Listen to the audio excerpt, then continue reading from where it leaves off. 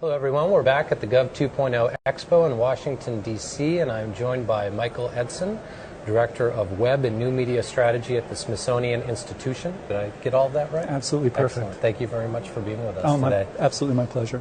So, can you tell me what the Smithsonian's Commons initiative is? What is that? Sure. The Smithsonian Commons, we're saying, is a new part of our digital presence dedicated to stimulating learning, creativity, and innovation outside the walls of the institution by providing open access to Smithsonian resources, communities, and expertise. Okay. So, toward that end, the Smithsonian seems to have a very open attitude toward third-party sites. I'm thinking of things like Flickr and YouTube. It all doesn't have to emanate from the Smithsonian. Is that right? I'd say there's a variety of opinions. In any healthy 6,000-person workplace, there's a spectrum of opinions, and a lot of my work has been around trying to understand what's to be gained from every point along that spectrum, from one side where the world benefits from the Smithsonian being a canonical presence, a canonical authority, a trusted resource, a firewall-safe resource that can get into schools. Sure. And to the other end, the legacy of James Smithson's gift that all people should have access to the raw materials of knowledge creation, and that what we do as a government agency, not a government agency, as a quasi-government agency, as a publicly funded institution, should be about helping other people succeed in the world. Using our resources is just one part of how they're remixing and creating their own businesses, their own learning, their own sense-making in the world. So it's really about not choosing total openness, total let's put it in the crowd, or total authority from on high. It's about finding a range in the middle that is productive for everyone. Now, a small percentage of the Smithsonian's collection is actually publicly viewable, right? Yeah. How have you used the web to expand the boundaries of what's available? Well, certainly when museums first started putting resources into collection information systems in the 80s, we had this incredible epiphany that it used to be only a curator could maintain in working memory an encyclopedic knowledge of maybe a 5,000 object collection of pottery shards. When we started digitizing and putting things into closed collection information systems, client-server systems, those curators and then the people who work with them all of a sudden could see across collections. And as we begin to put more and more collections online and then move them into the public web, we're allowing the public knowledge creators, sense makers, to see more and more and more and more.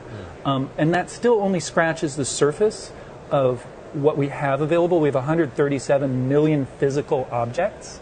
Only a small percentage of those have digital records that we trust. Only a small percentage of those have digital surrogates, like a picture or video. But we're beginning to see the benefit in our mission from providing very broad access to all of that, and that creates a demand for more and more. Now we're in a phase where we're really trying to rebalance our priorities in the institution to understand that digitization, digital access, is just a core part of mission. It's like electricity, heat, roofs over our heads. That requires some new thinking about what it is to run a Smithsonian institution today. Sure. So how can crowdsourcing benefit museums? Well, I think about this in a couple of different ways. One is, even if we didn't have a public mission, even if we were just a research park of 6,000 people, we would need to crowdsource within those walls in order to really discover new things, or really ultimately to find new fields of discovery. So I'm very inspired by the MIT Open Courseware example. They say one of the unintended consequences, positive consequences of doing open courseware was within MIT, faculty and students could begin to see what was being taught.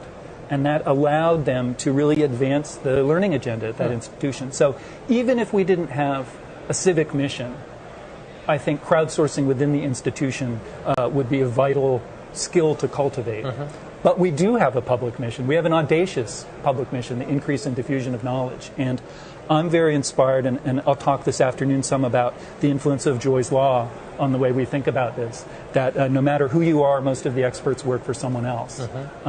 So if our job is with one research collections group to understand the dynamics of climate change on a certain species group in Central America, our experts may know some of that, but in this epoch, the real work of knowledge creation is going to be about distributed knowledge creation, which you might call crowdsourcing in that context.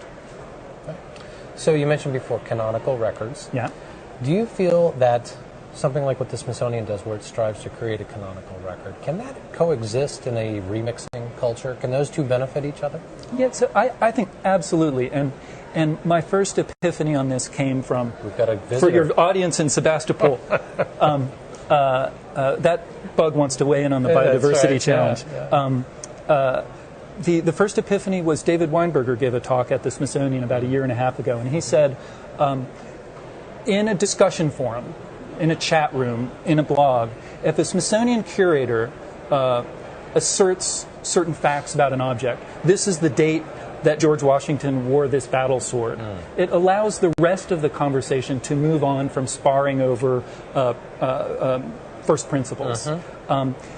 In prototyping the Smithsonian Commons, and we hope to release a prototype of this publicly very soon, we've been realizing that the public wants Smithsonian expertise. It's an important part of the narrative of what these objects and what these ideas mean in the world. But they don't just want Smithsonian expertise.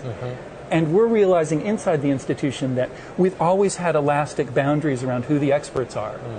Some of them work for us directly, some of them are research partners, some of them are people, collaborators, unseen and unknown.